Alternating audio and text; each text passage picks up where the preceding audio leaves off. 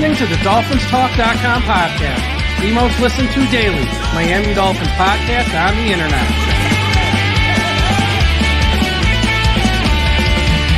Miami's got the Dolphins, the greatest of all. Come on, Dolphins fans. Time to fins up. We're in the air, we're on the ground, we're always in control. And when you say Miami, you're talking Super Bowl. Cause we're the Miami Dolphins, Miami Dolphins, Miami Dolphins number one. Miami Dolphins, Miami Dolphins, Miami Dolphins number one.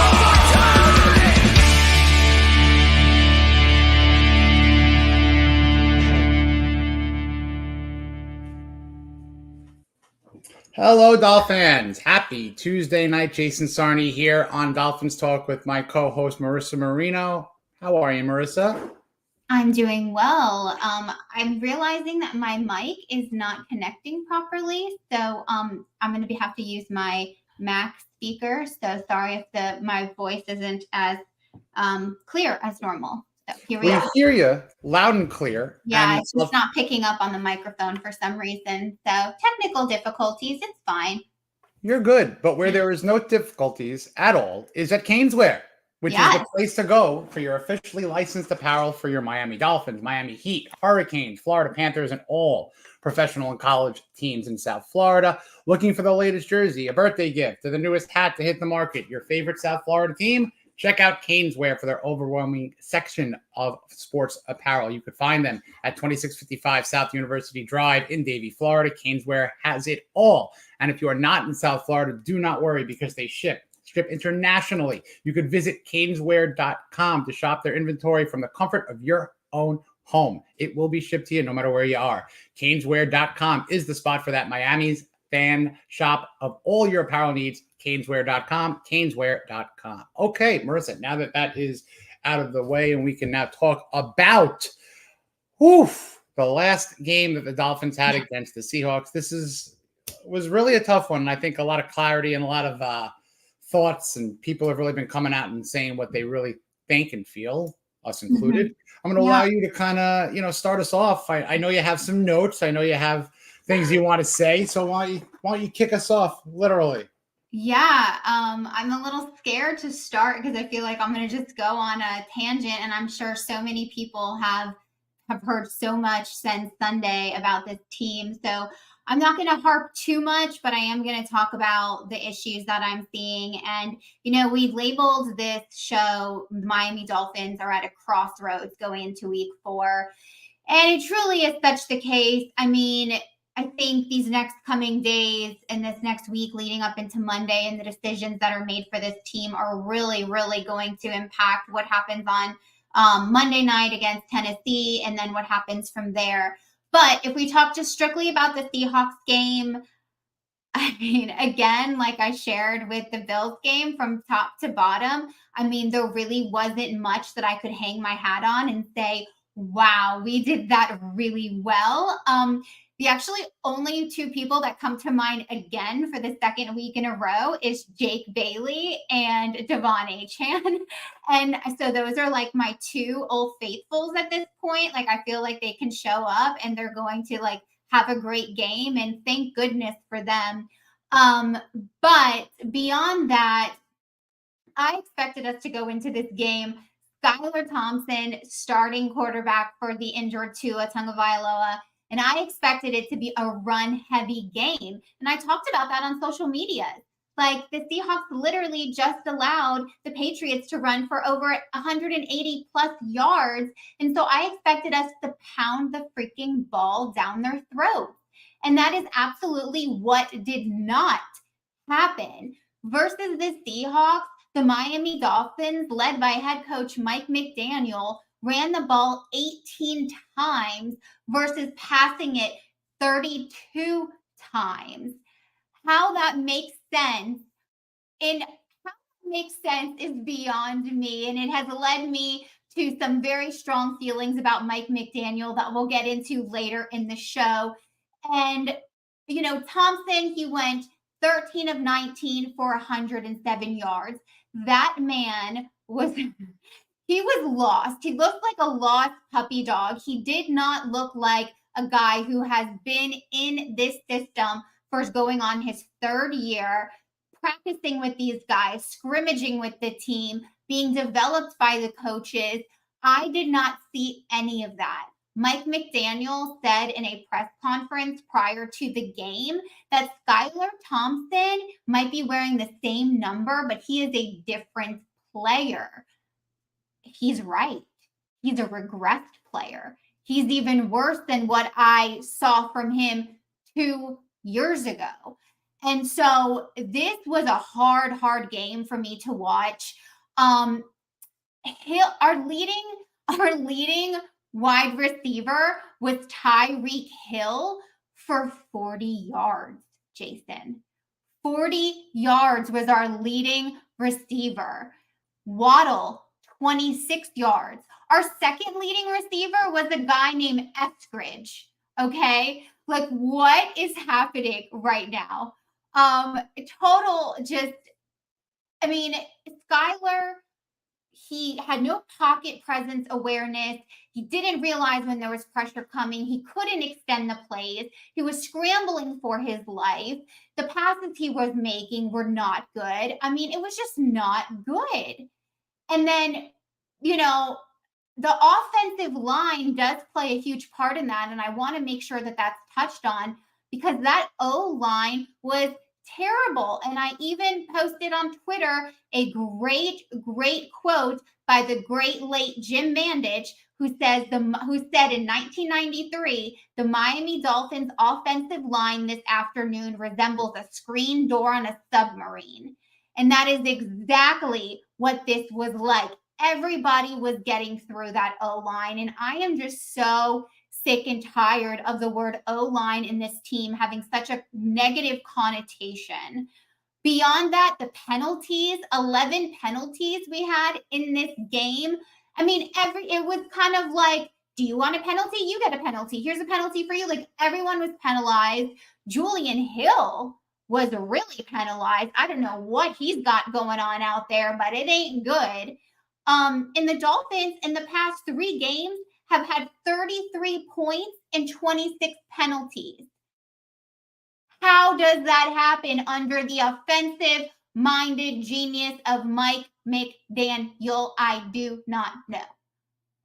So I'm going to say one positive thing beyond that I forgot to mention, and I'm going to say that positive thing that I can take away with me, though, is Anthony Weaver. And what I will say to him in his credit is that man knows how to make adjustments. Vic Fangio last season, adjustments were not a thing that would happen. If it didn't work, he would come out in the second half with the same storyline, the same people, on top of the same players, and it did not work.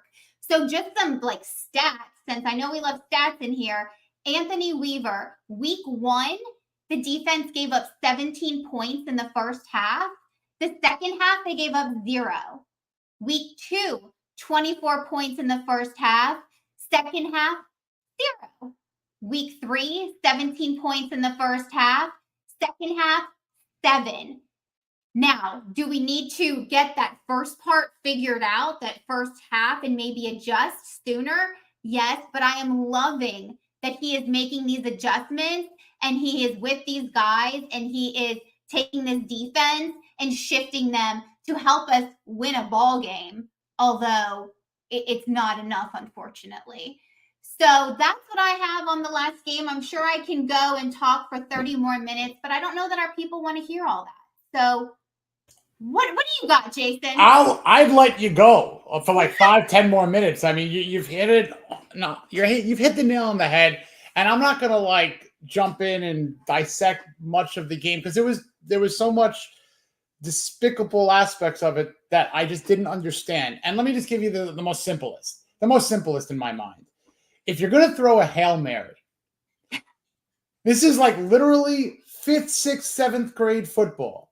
Everyone go to the end zone, you take a couple of steps back, and you just throw the ball as high and far as you can, and by darn definition, you pray to the Lord.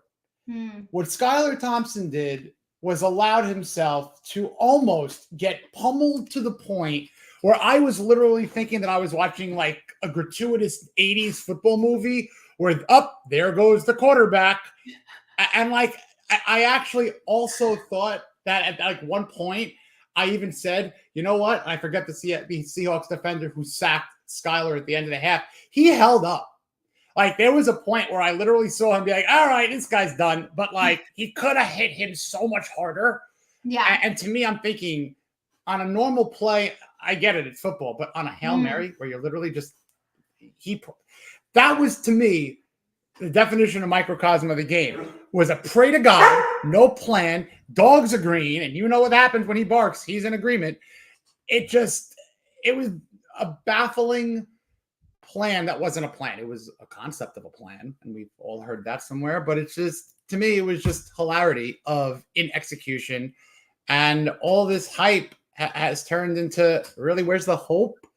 But we're going to have to turn to another quarterback. There is no doubt in my mind that Skyler has regressed. You hit the nail on the head. I don't love saying it, but let's face it. He goes from 7th rounder rookie back up to not playing a snap because they bring in Mike White. That's not a ringing endorsement. But then he beats Mike White, who I think is more ineptitude of Mike White taking or retaining the job versus Skyler really winning and grabbing the job. And then here we are. And I think we need to give Snoop a chance. That's my thought right now. Snoop. We need to get what? Snoop Huntley a chance. I think Tyler Huntley's the guy. Yeah. No, and we were, pounding the table for that last week and talking about that fact. You had talked about the team wasn't prepared. I mean, this team had 10 days to prepare, which is what also kind of baffles my mind, is that our last game was on a Thursday night against the Bills. So we had an extra 3 days to come up with an offensive schematic, offensive play calls that would work for this team and to iron out those wrinkles. I don't know. There must be something that Mike McDaniel has seen from Skylar Thompson, because I didn't see any of it in this game. And it makes me curious, is he just, and it was talked about today, is he just being stubborn? Because he's even talked about, not putting the kibosh yet on Skylar possibly playing against the Titans. We're going to see how Skylar feels. I mean, is he just like not wanting to backtrack on the fact that he's invested, 3 years into this young man and he wants to keep holding true to that? But if that's the case, it does our team literally zero favors. I agree. I think there was that, ambiguity that it's bothersome, but at the same time, the door or window opening for, all right, well, I didn't definitively say that we're going to have him or we're not going to have the other one. Here's why you need Huntley in. Is because he could, and here's the word that I'm going to use, he could freelance.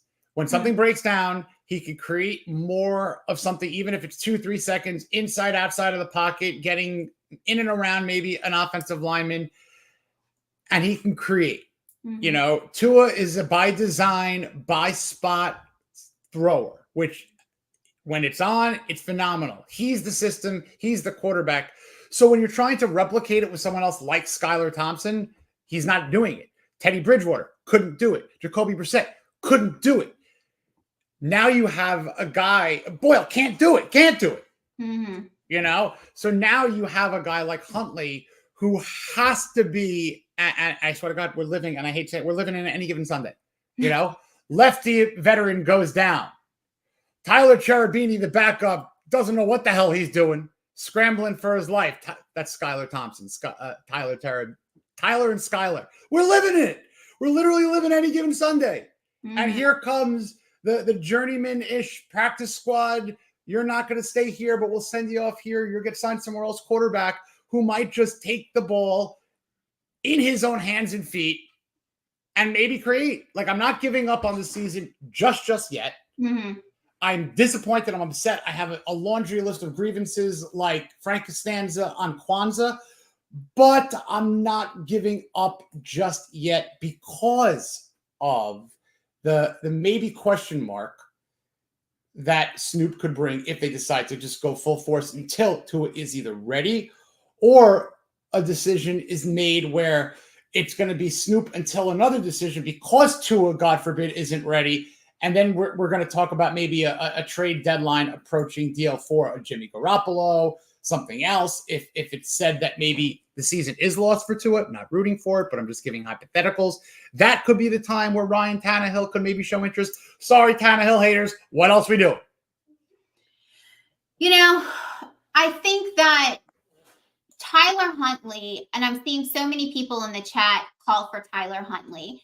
And I get it, Jason. I get it because he is an unknown. He hasn't played in this system. It's been such a long time since this team has had a mobile quarterback. And so I think something you don't know, something that seems new, it's exciting. He's got legs. He's mobile. People are sinking their teeth into that.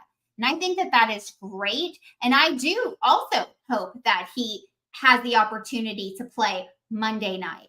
I will say, though, that we have to temper our expectations just a little bit. And that's not to be the Debbie Downer of the group, but it is the fact of Snoop, Tyler Huntley, whatever you want to call him, he was on a practice squad. He was not on a team as a starting QB or a backup quarterback for a reason, generally. So I'm excited. I'm excited that I think that with this O-line, the only thing you can do if you do not have a Tua as your quarterback is to have a guy that is mobile and can extend the plays by his legs. I think those are our only options with the position that Chris Grier has put us in with this offensive line. So I think that's why this Tyler Huntley looks all nice and shiny and pretty. And it may very well be. But I just need people to remember, again, he's not a starting quarterback or a QB2 for a reason. But based on what we have now, he is probably putting a Band-Aid on it. And he could maybe stop some of the hemorrhaging for a little while. Yeah, I'm glad you said it like that. I'm glad you hit a lot of things there that I wanted to touch on. So not to go back, but to kind of build upon. To me, this is a Band-Aid. There's a couple of other options that could be like casts, like a little bit more solid, longer, and that would be a trade for a veteran. Now, if you want to replicate the system, the only name is to trade and to spend money on Jimmy Garoppolo. I'm not I'm not banging the drum here, but I'm laying out options, if he is injury prone. Yeah, clear. But if you still have a Huntley, you still have that 1A where it's, all right, you're here. We really need you to do your thing now. Mm-hmm. And it also gives time to maybe learn that system under a guy like Garoppolo. He gets cleared, I think, from that suspension next week or whatever, but what have you. That's, to me, an option. If you're looking at BPA, best player available, I'm sorry, folks. If you want to name me a better best free agent quarterback available, it just happens to be Ryan Tannehill, in my opinion. Or you're looking at A.J. McCarron. You're looking at really no one else of huge pedigree or anything other than Tannehill. Or you're just literally going to give the keys to Huntley until Tua comes back. Those are your only choices, to me, that make sense other than deciding between Thompson or Boyle. To me, those are dead end. And if they do that, I saw Arch Manning in the chat here. I'm not saying that or calling for that, but we're not there, and to be there yet, that's, I think, premature. But the fact that we're prematurely talking about the potential of getting there, oh my God, it's a nightmare. Yeah. And it brings to, and I know we'll touch on this, if we could still talk about the game, we can go into the Titans, but there needs to be, I think, a theoretical change on how this team is designed. I think that and now I'm going off on my rant, if you don't mind, because I want on this, because we're seeing. This is therapy, Jason. Oh, perfect. This is great. March for Arch. I love that. Thank you. I'd like to say that I hashtagged that a couple of days ago, but if you're on the same wavelength, credit to you as well. Whatever. But it's fun. If you want to look at that, there is a quarterback in 2 years that look at the track record. Mannings are Super Bowl winners, multiples. But anyway, except Arch. But what could he do? He was on a horrible Saint team. But anyway, Archie. My rant starts with getting officially kind of off a ship that I've been kind of on and defending. And I'm the first person to have defended Chris Grier for everything that he's done, his build. I don't think it worked because this is the second blueprint copy that is not working. And what I mean by that, I'm going to start the clock at 2019. And I know a lot of people like to do that either 20 years ago or drafting Tunsil or Howard or whatever. But when he has no oversight and he's able to build in his own two eyes, it started in 2019. He brings in, let's know what we notice, Marvin Allen, expatriate. He brings in Landon Roberts, Eric Rowe, Brian Flores, Poyer. He was going Patriot way. Patriot way didn't work for whatever reason. I don't want to go on the Flores rant. That's a whole other story. Some coaches I think are phenomenal defensive coordinators. Reminds me of Steve Spagnuolo. Head coach, maybe not. Defensive coordinator, abso-friggin-lutely. And look what all the kudos to Flores doing the job in Minnesota. That's fine. Head coach didn't work. Not going into detail. But what happened there after was, I think, a defensive breakdown of coaching management. Who you're hiring, who you're retaining, who you're letting walk out the door, why you're letting them walk out the door, why you're getting rid of them, why you're firing them, why you're not promoting them, why you're outsourcing. I hate saying this, but the reason why I talk about this from a business side, I used to be for like a decade a recruiter in the financial world. So I looked at things, hiring, firing, interviewing, all this crap. Sometimes when a company is always looking for a controller and a senior accountant, their staff accountants aren't staying either. Everyone's moving. And a company might be a fiscal mess inside of a decade, and all of a sudden you have to spend more money, hire a new CFO, bring more people in, and destroy the whole thing, and then you file for bankruptcy because you weren't fiscally responsible, you weren't good at hiring, you kept on repeating. And I'm seeing this in a football standpoint. And look at it. Everywhere there's been inconsistencies, except, and this is my acceptance, where there's been consistency. In the last 5 years, it's been the ideological build of first the Patriot way, which failed. And then you're trying to replicate the Niner way, which it looked successful. I'd take the Niners a couple of years in a heartbeat. We don't have Christian McCaffrey. I know that's a couple of years. Don't have George Kittle. The Kyle Shanahan tree is called the Shanahan tree because of the Shanahan name in the mind. And we're not Kyle Shanahan. We don't have Kyle Shanahan. Mike McDaniel is on the tree of Kyle Shanahan from Mike Shanahan, one of the greatest minds in the world. But the fact is, this branch is still, and I hate saying this, and it's not an insult, this branch is still more of a twig than a log. It's not grown or nurtured yet. And as good as Mike McDaniel is at creating or nuancing scheme, offense, design, I'm not saying give up the play calling, but the conversation could be had. Why not? Why not go into a road game and blow it up and do a totally different thing? Because you know what? Jimmy Crackcorn, you're a football guy. You don't just have to do RPO or your scheme. Play football. Go I formation, which you tried, but then try to differentiate. Try to do play action. Create. You know what I mean? There was no creativity from a guy who we think is so damn creative because we love his sneaker game. You know what I love? A guy who's a football guy. Like a football guy Andy Reid, Dick LeBeau, Mike Shanahan, Marty Schottenheimer, Don Shula, Tony Sparano. These are guys that I loved coaching, and I just know that it's a different time. I do. I get it. But the 49er way ain't working now. Doesn't work without Tua. Doesn't work without it, Whose way are you going to do? Someone else's. It's time. I think it's time. Unless Huntley goes 5-1, Tua comes back, and the whole world is saved. And you know what? Everyone knows me as the ultimate optimist. Am I betting my mortgage on it? No. No. Why would I do that now? Someone tell me in the chat why I should bet my mortgage that this season is absolutely safe.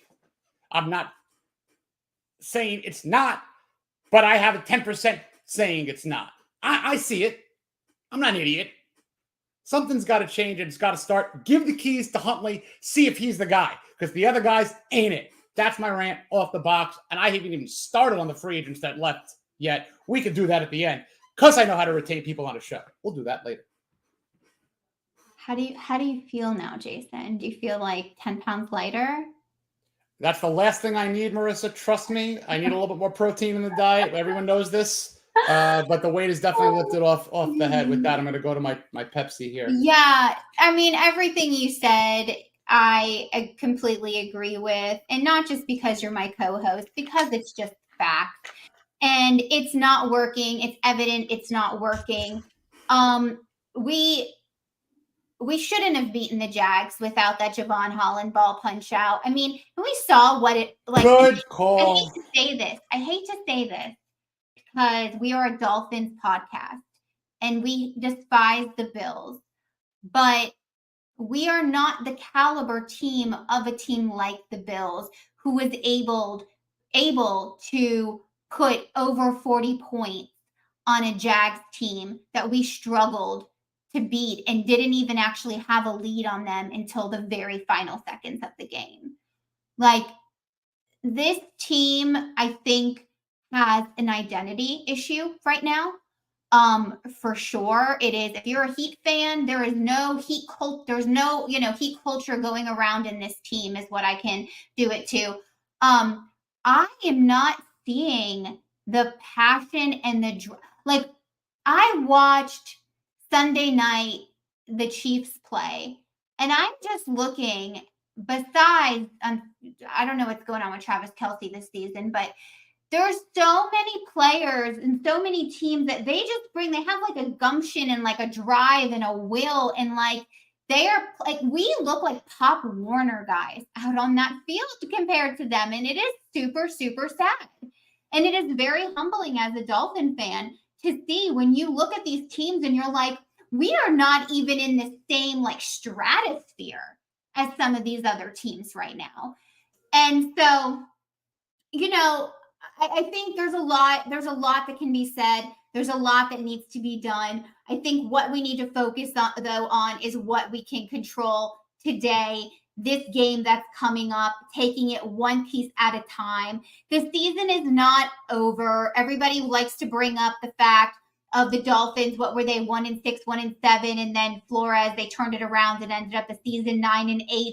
Like, the Bengals start every year off really just, SHITing the bed in case there's kids listening, and they're turning it around. So there is an opportunity to salvage the season, but to do that, decisions have to start being made, and they start at the top and they work their way down.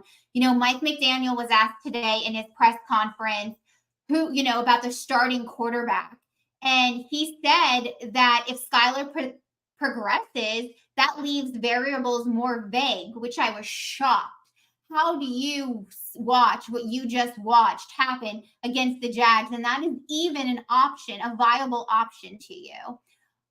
He also says that he didn't envision a scenario where Huntley and Boyle compete for a job. They have to pick if it's not Skylar, because someone needs to start taking reps so they're ready for Monday. So this isn't going to be something where we have all the time in the world to figure this out. Like, decisions need to be made now. And head coaches and GMs with the correct, moxie and the correct, thought about and talent for this profession make those decisions, and they make them well. They're not always great, but they do them. And a lot of times they work out well. And I just don't know that we have the proper people in place above board to make smart decisions, because I have not seen very many smart decisions being made. We're going to extend Waddle in his contract and give him money? Great. We want to do it to Tyreek Hill? Great. You want to do it to Tua? Great. How the heck are we going to get the ball to these people? That's great. I love that they're all paid. Okay. How are you going to get the ball to them if there's zero protection? And your whole offensive line is wrapped around one QB who is injury prone. It just doesn't make any sense to me. Like, if I can see it as a fan with a podcast, I mean, goodness gracious. I don't know how they're not seeing it. So, yeah. How do you feel now? I feel great, and I'll take the 10 pounds off. You might not want them, but I'll take it. So, it's a bunch of BS. Jason, is what it is. You know what it is? I've definitely, and I see a lot of folks on the comments from Twitter. I see a lot of folks that are usuals on our show, and we appreciate all of you. Thank you so much for joining us. But I've definitely been a little honest last couple of days. Like I admit, maybe sometimes it's a little foot on the gas. But when you just look at, like, I'm gonna ask a couple of questions that I'd love answers. Like, you could answer, I'll open it up. But why do you draft your first draft in 2019? You hit on a Christian Wilkins. You hit on an Andrew Van Ginkel. You find a Nick Needham. In your first go is saying, this is what I'm going to do.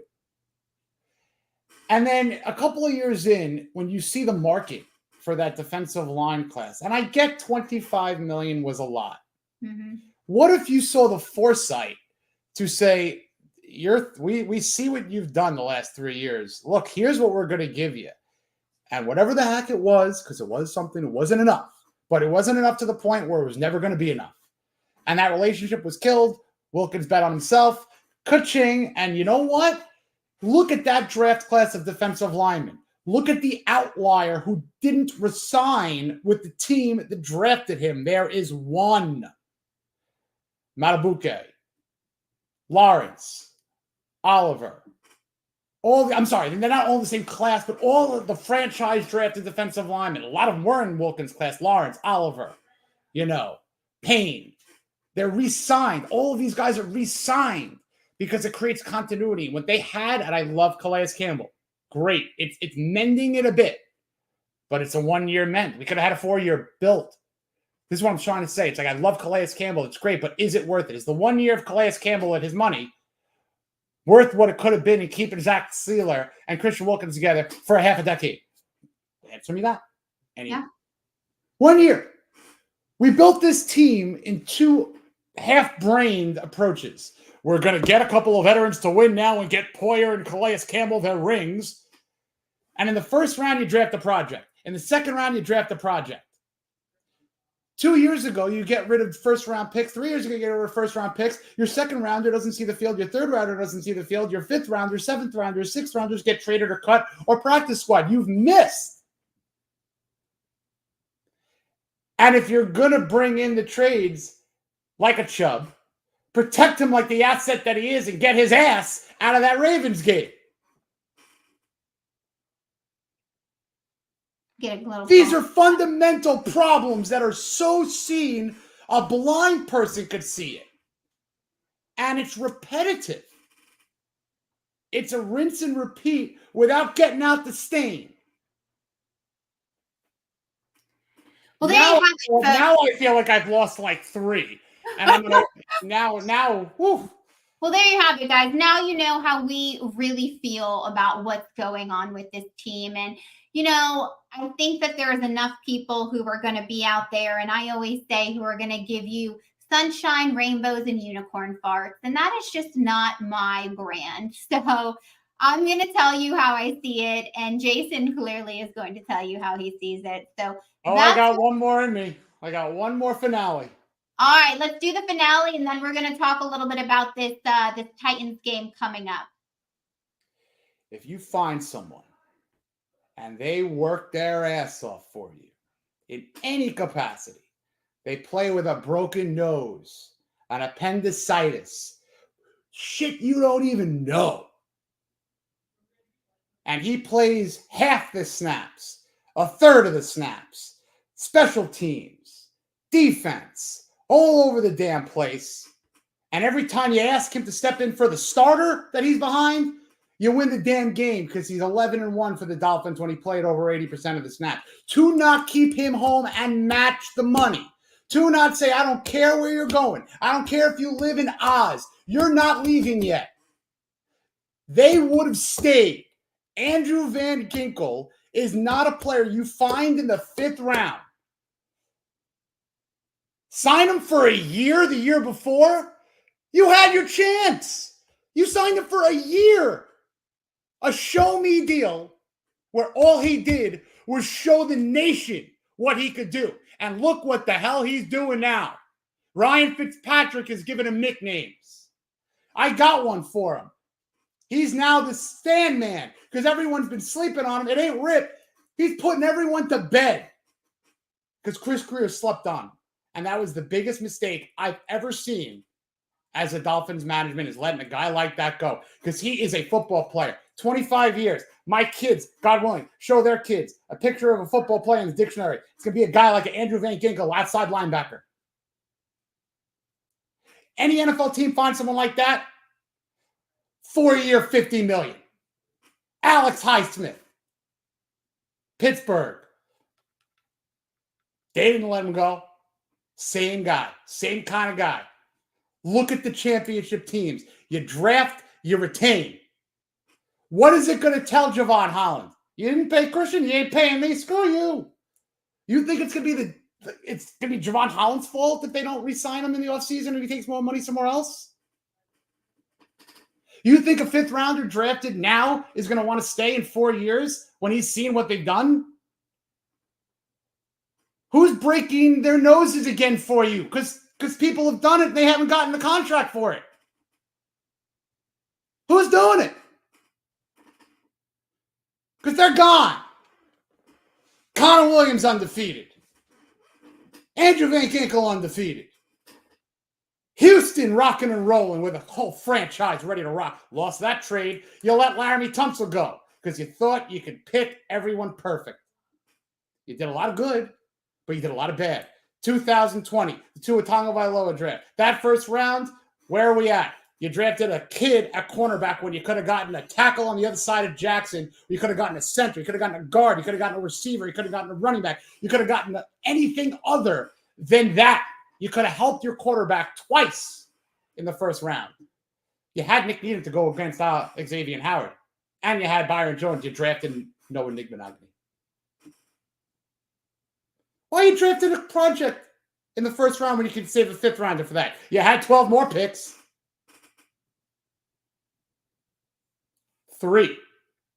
4, resigned people from that 12-person draft. A long snapper, one of them. Hit on the long snapper, all respect, Blake Ferguson. You're the best pick he's ever made. It's almost that's silly. He got one of the best long snappers out there because he said, I'm going to draft him. And he was right. Good for you.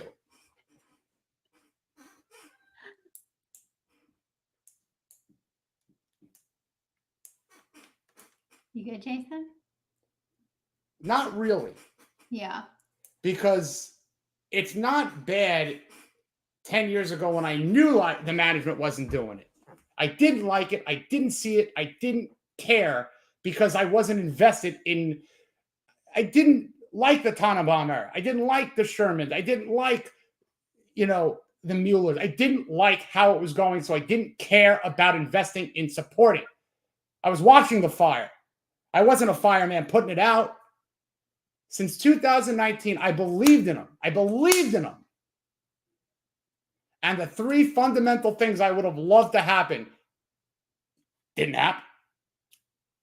And I'm just tired of defending. And that's it. I'm not giving up on the team. Never. Ever. But if everything on the way down ain't working, it's the people making the decision, putting them on the field that's got to go. And that is as simple as it is. There we go, folks. Well, you have heard our rants, and that's where we are with that. But the Dolphins live to see another day, and that day is Monday Night Football. And they are going up against the Tennessee Titans. And as you all know, this is a revenge game. This is a PTSD. You guys stopped us essentially from having home field advantage. And it's part of the reason why we had to play in sub-zero weather out in Kansas City. What's interesting is that Will Levis, the Dolphins, or it's the last game he's won. Did you know that, Jason? Oh, and I got to tell you another thing. If I lose to another guy who puts mayonnaise in his coffee for the second time, that's just sacrilegious on so many different levels for me. It's gross. It's gross. Mm. But yeah, Will Levis, the last time he won was against the Miami Dolphins. Good stat. Did not know that. Thank you for telling me that. Yes. So they are one of 3 teams left going into the season. The Titans are sitting at 0-3. Will Levis, when they played this past week, he was sacked 8 times. You think our offensive line has problems? It might be a battle off of the worst offensive lines. Will Levis now with 8 sacks on him last week, has the most quarterback takedown of any game this season thus far with 8 of them.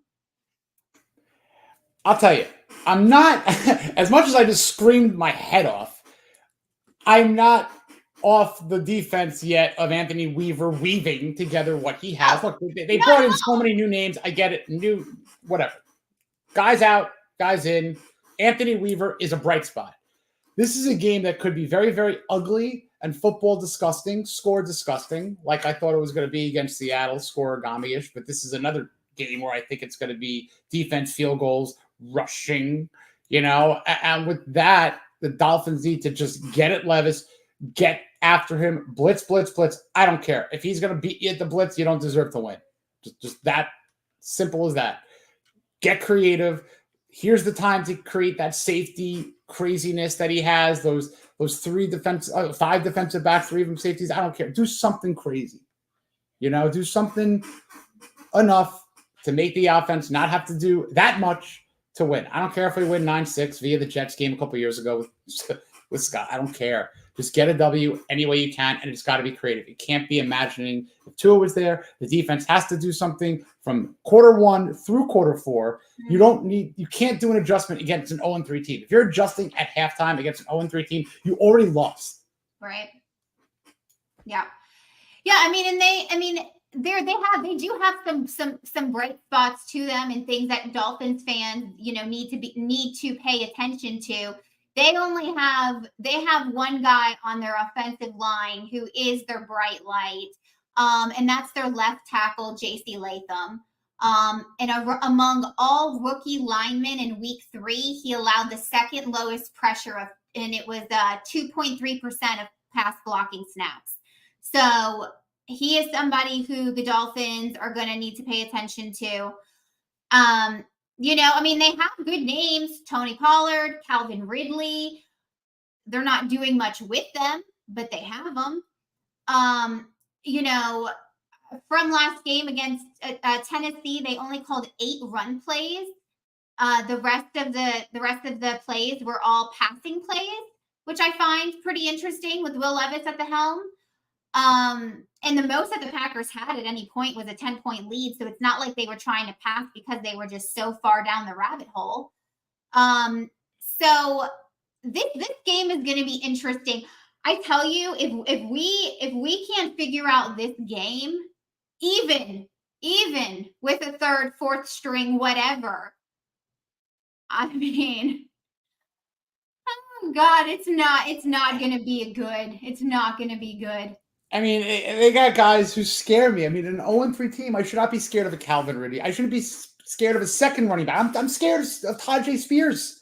I'm scared of guys who shouldn't break away 50-yard run. But that could happen, against a team that might be demoralized. So we have to see heart. You have to see heart in this game. And that's what I think it's really what it is about, is showing you have heart. You're not soft. There's got to be a toughness to this team. And I feel like an idiot saying it because that's exactly what they are not. Unfortunately, that is exactly what they're not. And what do you do when things aren't working? You do the opposite. Try to just do the opposite. So tell you, it might actually work for McDaniel. If you wanted to run on 4th and 1, don't run, throw. If you wanted to throw on 4th and 1, don't throw, run. Do the opposite, Mike. Why not? Do the opposite. Yeah.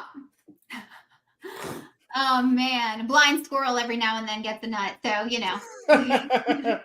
Hey, if Shane Falco's available, sign me up. So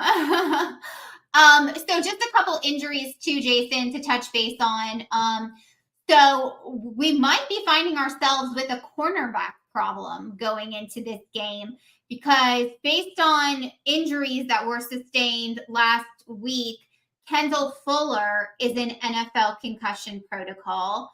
Storm Duck, cornerback, is dealing with a shoulder injury. So we've got two guys who right now they cannot say one way or the other whether they are going to be able to play coming into this game. We also have Teron Armstead in concussion protocol. I love Teron Armstead, but my God. I mean, I didn't know somebody could have so many injuries. I thought he ran out of body parts to get injured. I mean, the last game, they said he was dealing with concussion protocol because he had a finger to his eye. I mean, what? That's an unlucky injury. Yeah. I mean, it's not like you can't tell me, yeah, he's prone to eye pokes. You know, like you can't tell me that. Like that, some people are injury prone. And some people have horrible luck, and this man has both. And I hate saying it. I hope he's okay, seriously. But like, it's at this point there is a chuckle to that specific injury. Yes, it's Ethan Bonner time. Yes, you got Nick Needham on a practice squad. Might as well put him up. You know, bring him up. Yeah. He's played his best ball when he's been brought up because you know what? He plays with kind of a chip on the shoulder. Well, wonder why. You know, two guys who I think are good enough to be on the field, could have, you know, been on the field last couple of weeks. Look for Bonner and look for Needham. Hopefully they get some opportunity to get some play this weekend. Monday, sorry. A really random question I have to ask. Whose butt is it that we're seeing everywhere? Is it Julian Hill? You know what? Even if I answer that question correctly, it does nothing for me. So I will allow somebody to answer that question. I just need to know. I mean, I have to have some fun because there's a lot of just like crap out there. And I mean, of course, it's going to be the Miami Dolphins that have the butt pick out. I mean, it's just, yes, it's Julian Hill. Thank you so much. I just needed to clarify. There you go. Because, you know, it's just like if something like every game there's been something between like the Tyreek Hill arrest that we had and then dealing with the Tua concussion the next week. And now we got butt picks. And it's just like, what is going on here?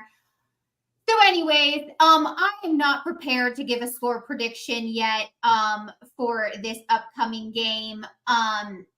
I think, like you said, it's going to be a low-scoring game, and I'm actually really grateful that there's 2 Monday night games on. I'll tell you, most of the nation is watching the other game. You kind of took the words out of my mouth. Like they're watching Monday night, and people saying, you know, why is the NFL doing 2 Monday night games? And you know what? I'm not saying this like snarkily or trying to be funny.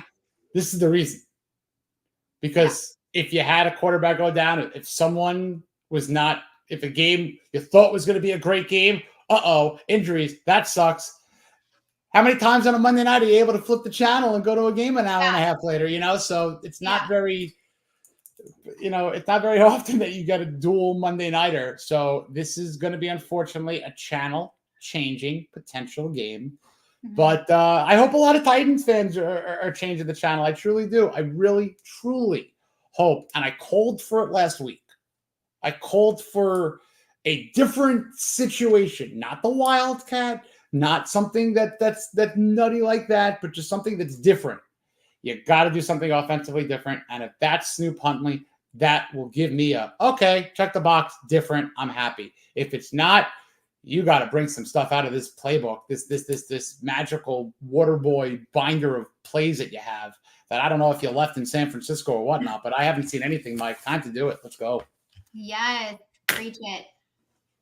That's all I got. Yeah. I mean, that is it. I think that's what we're left with. I don't know that there's much more to talk about beyond that. I think we just need to wait to see what decision is made on quarterback this week, see when they announce that, see what the injury reports are going to look like. Hopefully not a CVS receipt when they come out. and hope and pray that the best happens. So living on a prayer right now. Tell you what, it's a great opportunity. CVS, give us a shout. We'll do a whole injury report. We'll throw a CVS receipt. You know, we could do barcodes. Great idea. Always thinking, Marissa. Always thinking. Oh man. Not kidding. Not kidding. Not kidding. Not kidding. All right, Jason. Any final words for us? We've got so many people. Please, by the way, drop us a like if you're watching on YouTube. Leave us a comment. Leave a comment on Twitter. Leave a comment on Facebook. Tell us how much you loved listening to us use you all as free therapy. So that would be great. You can find me at mustbemarissa87, Marissa with one S. Probably on Friday, I'm going to post a pre-game breakdown of like my final thoughts going into the game. So make sure you check out my social media pages for that. Jason, you got lunch going on tomorrow with Thursday with Zach Krantz? Yes, absolutely. Zach's the best. I saw him on earlier today. You are the man, Zach. Hope all is well down there. Yeah, just, you know what, everybody? Thank you for joining us again. And let's all stay off the ledge just at the moment, and things will hopefully be fine. But thank you for listening, everyone. I'm watching. Thank you all. Have a great night. Bye.